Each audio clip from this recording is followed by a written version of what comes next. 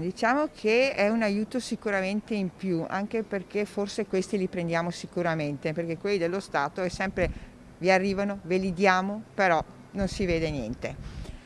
La regione mi fido già di più, che sicuramente se Zaia è riuscito a predisporla vuol dire che riesce a darceli, se no non l'avrebbe secondo me messo in atto questo bando.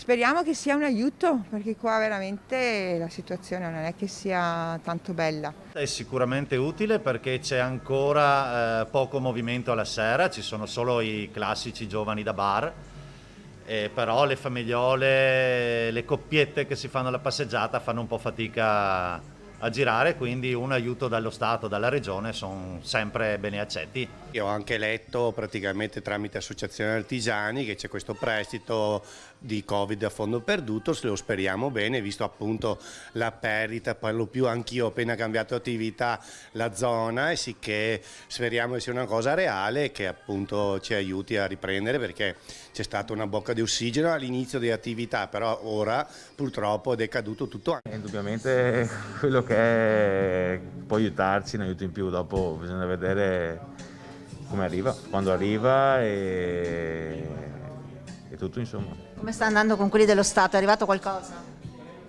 Quello stato qualcosa è arrivato, le ragazze ancora niente. Sicuramente che servono, in questo momento sì. Stavo parlando col signore proprio che ci voleva proprio un aiuto in più. Perché non... Come sta andando con quelli statali? a gocce, a gocce.